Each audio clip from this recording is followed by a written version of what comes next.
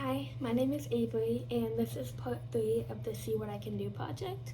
So, 14 weeks ago, I decided that I wanted to learn sign language, and I set myself these two goals that I wanted to accomplish. For part 2, I accomplished one of those goals, which was be able to sign the whole alphabet in sign language. And these next two goals that I have accomplished from part 3 of these last couple weeks was to be able to learn common gestures in sign language as well as medical terms that I think would be like super important to learn as a physical therapist. So we're going to be talking about the theoretical framework of sign language for a little bit. So the theoretical framework of sign language views it as a fully developed human language, but it is different from spoken language. It examines the structure and function of sign language through linguistic principles, and this is including the use of facial expressions and emotions while signing the words. And this just enhances the meanings behind these words without actual speech. Social interaction is also vital to this framework because it promotes social inclusion as well as promoting communication skills by helping individuals connect and foster a sense of belonging, even if they are in hard of hearing community versus the not hard of hearing community. And so this framework is always evolving. It continues to evolve as new research is being produced and understanding of sign language is people are understanding more of sign language and its complexity. So I would rate my final skill development as good. In terms of my goals, I am able to fully sign the alphabet in sign language, which you saw in part 2 of this project. And now I'm able to sign common gestures in sign language. So we have hello, we have goodbye, we have thank you, and we have yes. And I think it's important to have these common gestures just to be able to communicate more with hard of hearing and deaf patients as a physical therapist. I think like yes and goodbye I think are also very important gestures that you always use many times throughout a day.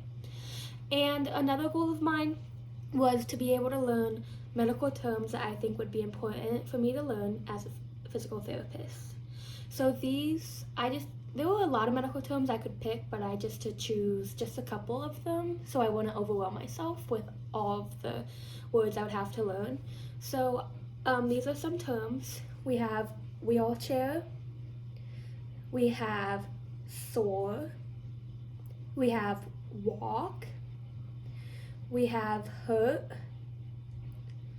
and one very important one, which you obviously need to know as a physical therapist, is therapy. So I am very proud of myself for being able to learn these gestures and medical terms as well as still being able to remember the alphabet. And some constraints I experienced throughout this project when trying to learn these gestures and letters in sign language is a constraint to my cognitive load, like due to memorizing all of these signs and all of these gestures, it could be very hard for me.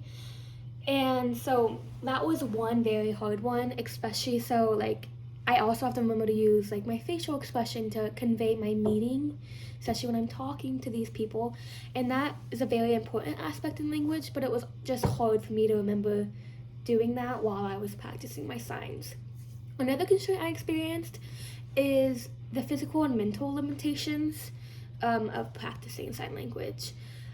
This could be caused like I could be very fatigued after practicing a long time, especially if I was trying to practice this one task in one gesture and I kept messing it up.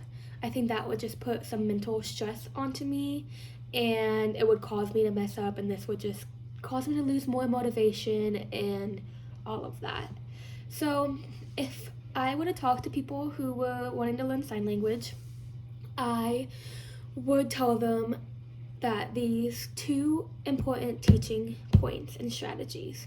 I would tell them that they are okay to jump from task to task, It's okay that if you're not being able to memorize this one gesture, it's okay if you go to another gesture that might be easier to memorize. I think this is very important because if you just stick to one gesture that you continue to forget, it'll cause stress and mental fatigue onto you, and that just won't be very good in the long run.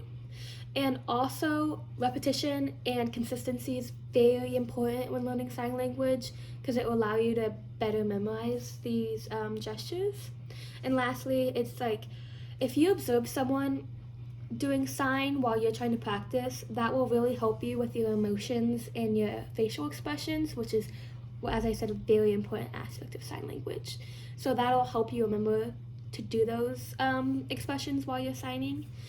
And I am very proud of myself for learning all of these sign language gestures, and I really enjoyed my 14 weeks of learning this. I think that I really want to continue this for my future, maybe even take some ASL courses like online, and this will allow me to gain a broader knowledge of gestures that will just in the end hope to be in my career.